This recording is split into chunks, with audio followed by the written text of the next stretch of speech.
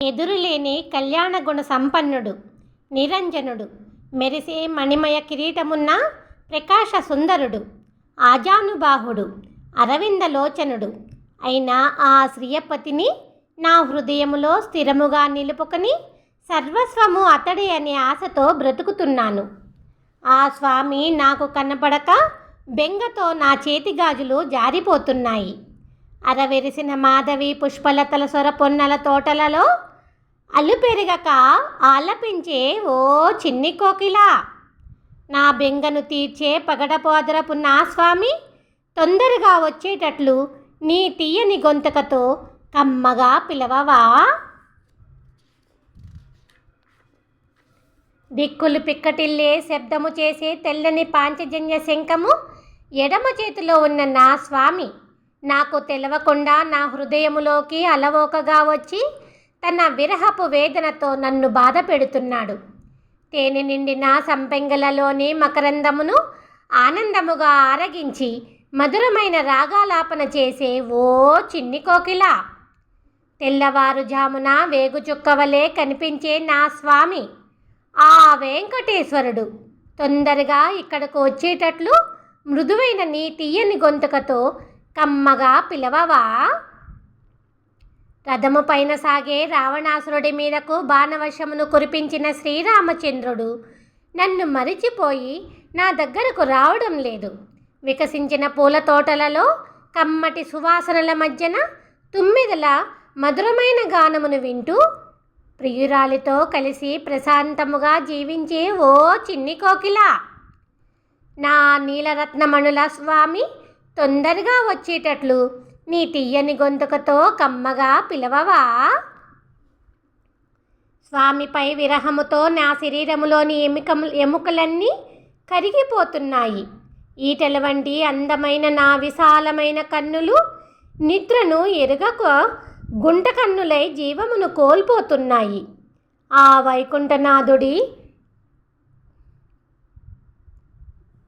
వైకుంఠనాథుడి కోసము చాలా రోజులుగా ఈ దుఃఖసాగరంలో ఒక పడవ వలె మునిగిపోతూ అల్లాడిపోతున్నాను. ఓ చిన్ని కోకిల, ప్రియుడిని ఎడబాసిన ప్రియురాలు పడే విరహవేదన నీకు తెలుసు కదా. బంగారు వర్ణ శరీర ఛాయ కలిగిన గరుడవాహనదారి ఆ పుణ్యప్రదుడు వచ్చేటట్లు నీ తీయని గొంతుకతో కమ్మగా పిలవవా? వయ్యారపు నడగలతో నాట్యమాడే హంసల గుంపులు తిరిగే విల్లిపుత్తూరులో కొలువై ఉన్న స్వామి యొక్క దివ్యమైన పాదపద్మములను సేవించాలి అని ఒకే ఒక ఆశతో విగత జీవి వలె బ్రతుకుతున్న నా రెండు కన్నులు చేప కన్నులై నిద్రించడం లేదు. ఓ నల్లని కోకిల, తీయని పాలబువ్వతో పెంచిన నా అందమైన చిలుకను నీకు పరిచయం చేస్తాను. లోకములను కొలిచిన ఆ వామనుడు వచ్చేటట్లు నీ తీయని గొంతుకతో కమ్మగా పిలవవా? 8 దిక్కులలోని దేవతలందరూ కొలిచే హృషికేశుడు నన్ను పట్టించుకోకపోయేసరికి ముచ్చపు గింజల వంటి తెల్లని పలువరుసతో నిండిన ఎర్రని సుతిమెత్తని నా ఆతురములపై ఉన్న చిరునవ్వుని మరిచిపోయి చేసేది లేక నా అందమును పోగొట్టుకుని తల వంచుకుని నా హృదయంలో నేను బాధపడుతూ బ్రతుకుతున్నాను. వికసించిన పూల గుత్తులతో నిండిన తోటలలో అందమైన చెట్ల కొమ్మల మధ్యన ప్రశాంతముగా నిద్రించే ఓ చిన్ని కోకిల, నాకు శక్తినిచ్చే శక్తివంతుడు వచ్చేటట్లు నీ తీయని గొంతుకతో కమ్మగా పిలవవా? నా హృదయంలో నిండి ఉన్న నా స్వామి ఆ క్షీరసాగరమున శయనించిన శేషశేయుడిని చేరాలి అని ఒకే ఒక ఆశ నన్ను ప్రతిక్షణము బాధ పెడుతూ నా ప్రాణములను తోడేస్తున్నది.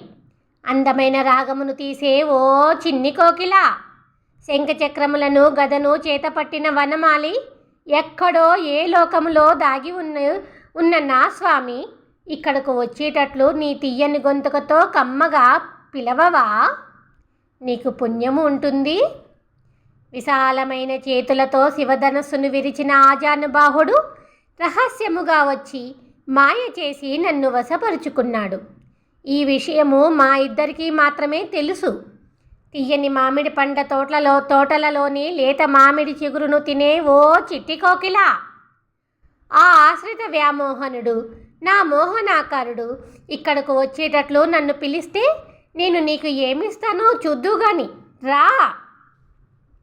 అందమైన మోహనాకారపు శ్రీధరుడు అనే వలలో ఒక చిలక వలె చిక్కుకున్న నన్ను ఆ శంఖ చక్రధరుడు వచ్చి తప్పించడం తప్ప వేరే మార్గము లేదు. రంగురంగుల సీతాకోక చిలుకలు, తుమ్మెదలు ఆడుతూ పాడుతూ తిరిగే ప్రశాంతమైన తోటలలో తిరుగుతూ సుఖపడే ఓ చిట్టి కోకిల, నేను చెప్పే మాటలను శ్రద్ధగా విను. ఇక్కడున్న ఈ తోటలలో నువ్వు తిరగాలి అని అనుకుంటే నా స్వామి వచ్చేటట్లు నీ తీయని గొంతుకతో కమ్మగా పిలిచినా సరే, లేక బక్క చిక్కిన నా చేతులకు సరిపడా బంగారపు గాజులను తీసుకొని వచ్చి ఇచ్చినా సరే, లోకములను కొలిచిన ఆ వామనుడిని చేరాలి అనే ఆశతో బ్రతుకుతున్న నేను ఆ స్వామి కనపడక తల్లడిల్లుతూ బాధపడుతూ ఉంటే నా బాధను పట్టించుకోకపోగా ఎగతాళి చేస్తూ దక్షిణ దిక్కు నుండి వీచే చల్లని ఈ పిల్లగా తెల్లని పండు వెన్నెలలతో కలిసి నన్ను బాధ పెడుతున్నది. కమ్మని నీ గానముతో నా స్వామి ఆ శ్రీమన్నారాయణుడిని రమ్మని పిలవడం మర్చిపోయి నువ్వు కూడా నన్ను బాధ పెట్టినట్లయితే నిన్ను ఈ తోట నుండి వెళ్ళగొడతాను, జాగ్రత్త. ఆకాశమునకు అంటుతూ ఎదిగి తన దివ్యపాదముతో ఈ లోకములను కొలిచిన వామనుడిపై విరహవేదనతో విశాలమైన ఈటి కన్నుల అమాయకపు యువతి, నల్లని ఓ కోకిల, నా సముద్రవర్ణుడిని నా కన్నుల ముందుకు వచ్చేటట్లు పిలవవా అని అంటూ పిలిచినట్లుగా శ్రీ విల్లుపుత్తూరు నగరములోని భట్టనాథుడు అనే పెరియాళ్వారుడి కూతురు గోదాదేవి అనే ఆండాళు తల్లి రచించిన ఈ విశేషమైన పాసురములను మనస్ఫూర్తిగా చదివినవారు మరణించిన తర్వాత నమో నారాయణాయ అని అంటూ ఆ వైకుంఠమునకు చేరగలరు.